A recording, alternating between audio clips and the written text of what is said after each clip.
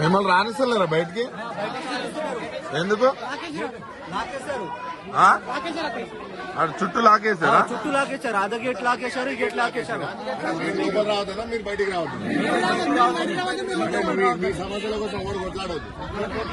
మా సమస్యల కోసం మేము కొట్లాడినా కూడా మాకు అసలు గవర్నమెంట్ నుంచి ఏం రెస్పాండ్ లేదు. ఏం చేస్తాను లోపల నుంచి బయటికి రానిస్తలేరు. బయటికి రానిస్తలేరు. మరి ఫుడ్ అదంతా ఎట్లా మరి మీరు?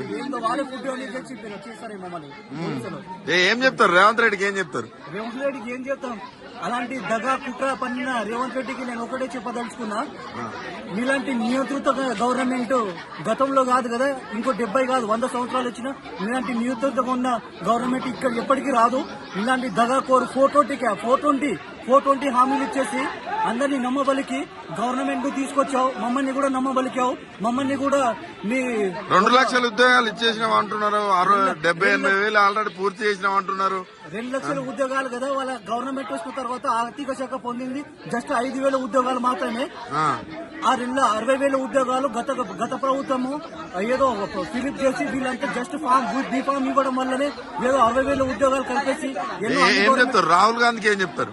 రాహుల్ గాంధీ 420 క్యాండిడేట్ ఫస్ట్ వాళ్ళు చెప్పాలంటే ఎందుకు ఒక చెల్లని పైసా ఆయన రాహుల్ గాంధీ.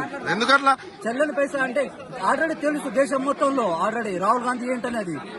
చెల్లని పైసా అతను చెల్లని పైసా కాబట్టి మేమేమనుకున్నాం అంటే రాహుల్ గాంధీ మమ్మల్ని కూడా నమ్మవలికి రాష్ట్ర గవర్నమెంట్ ఆయన ప్రగల్భాలు పొందడం కోసం ఏదో ఉచిత హామీలు ఇచ్చేసి అంటే రాష్ట్రంలోని వాళ్ళ గవర్నమెంట్ తీసుకురావడం కోసం 420 హామీలు ఇచ్చేసి ఆయన కూడా మమ్మల్ని చిక్కడపల్లి లైబ్రరీ ఇక్కడ అశోక్ నగర్ టీ సర్కిల్ దగ్గర వచ్చేసి కూర్చొని మమ్మల్ని హామీలు ఇచ్చేసి దగా చేసి కుట్టాబన్నారు మా కోసం.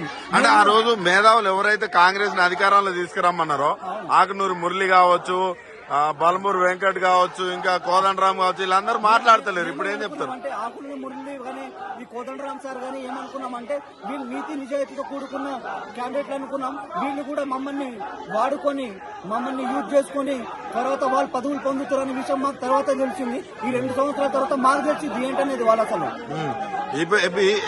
ఎట్లా చూస్తారు? అసెంబ్లీలో శ్రీధర్ బాబు మాట్లాడిన మాటలు ఎట్లా చూస్తారు? అలా శ్రీధర్ బాబు మీరు ఆల్రెడీ మేనిఫెస్టోలో చెప్పారు ఏమని 2 లక్షల సంవత్సరంలో 2 లక్షల ఉద్యోగాలు కల్పిస్తామని చెప్పడం గానీ, సోమాజిగూడలో చెప్పడం గానీ, శాసనసభలో చెప్పడం గానీ, వగేరా మీ ప్రెస్ మీట్ లో మీ మంత్రులు చెప్పడం గానీ, మరి ఎందుకు చెప్పారు అలాంటి అబద్దాలు హామీలు చెప్పేసి మమ్మల్ని ఎందుకు ఎక్కడ కూడా అనలేదు మేము అంటారు బల్మూరు వెంకట్. ఎందుకు చెప్పలేరు అండి? బలమురు వెంకట పెద్ద దొంగ అండి. మమ్మల్ని వాడుకొని మా నిరుద్యోగులను వాడుకొని మా నిరుద్యోగుల దగ్గర మీరు అరే పుస్తకాలు పక్కన పెట్టేసండి, ఈ గవర్నమెంట్ బీఆర్ఎస్ గవర్నమెంట్ ఉంటే మీకు ఉద్యోగాలు రావని పుస్తకాలు పక్కన పెట్టేస్తే మీరు యుద్ధం లాంటి బయట ప్రకటిస్తే మమ్మల్ని నమ్ముకుంటే మా గవర్నమెంట్ వచ్చిన తర్వాత సంవత్సరంలో 2 లక్షల ఉద్యోగాలు కల్పిస్తామని ఆయన చెప్పడం జరిగింది. మరి ఇప్పుడు ఇట్లా అంటున్నాడు. ఆయన పెద్ద దొంగ అండి. ఆయన నమ్ముకునే మేము మోసపోయాము అసలు అందరము. మేము అందరు నిరుద్యోగులు చిక్కడపల్లిలో నిరుద్యోగులు అందరం అందరు విద్యార్థులంతా మోసపోవడానికి ఏకైక కారణం బలమూరి వెంకట అయినా సరే, ఆకున్న ముళ్ళైనా సరే, రియాజ్ అయినా సరే, కోదండం సరే. మీకు ఉద్యోగాలు ఎక్కువైపోతున్నాయట కదా, అంటే రోడ్ల మీదకి వచ్చి ధర్నాలు చేసేటోళ్ళు అసలు నిరుద్యోగులే కాదు అంటున్నారు. మతి లేని మాట్లాడుతున్నారు, మతి తప్పి మాట్లాడుతున్నారు. ఏందో మళ్ళీ ఎవరైనా సరే ఒకరు భోజనం పెడుతున్నామంటే భోజనం కావాలని అడిగినప్పుడు భోజనం పెట్టినప్పుడు భోజనం కావాలనుకుంటాం. సీఎంఏ చెప్తున్నాడు కదా అసలు మీరు వాళ్ళకు ఉద్యోగాలు వద్దని ధర్నాలు చేస్తున్నారు అంటుండగా. ఉద్యోగాలు వద్దని ఎవరు ధర్నాలు చేస్తారు? ఇప్పుడు ఎందుకు ఇంతమంది ఎందుకు నిలబడ్డామండి అంటే 2 సంవత్సరాల నుంచి టీఎస్పీసీ ముట్టడించడం కానీ రోడ్డు మీద ధర్నాలు అవన్నీ మీ రాజకీయం కోసం అంట కదా, రాజకీయం కోసం అంట. మీకు చదువులు రానోళ్ళు అంట. నేను చదువుతానండి. నేను 3 ఇయర్స్ నుంచి గ్రూప్ 2 ప్రిపేర్ అవుతున్నానండి. నేను ఆస్పిరెంట్, గవర్నమెంట్ ఆస్పిరెంట్ కోసం 3 ఇయర్స్ నుంచి ప్రిపేర్ సీరియస్ ఆస్పిరెంట్ అండి. నేను నాకు ఎలాంటి గవర్నమెంట్ ఏమంటారు వేరే పార్టీ నుంచి కానీ ఇలాంటి ఇతర పార్టీ నుంచి నాకు ఎలాంటి సంబంధాలు లేవండి.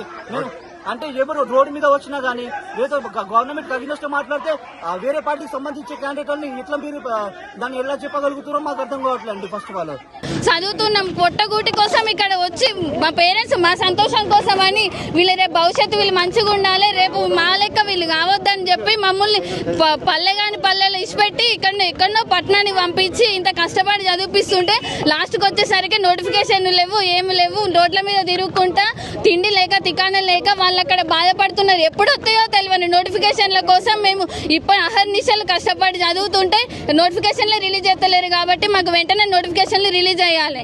అందరు గవర్నమెంట్ ఉద్యోగాలు సాధ్యం కాదని అంటున్నారు మంత్రి. ప్రైవేట్ ఉద్యోగం చేసుకోమని ఇప్పుడు ఉన్న ఖాళీలు ఉన్నా కానీ అసలుకి ఖాళీలు చూపెడతలేరు కదా.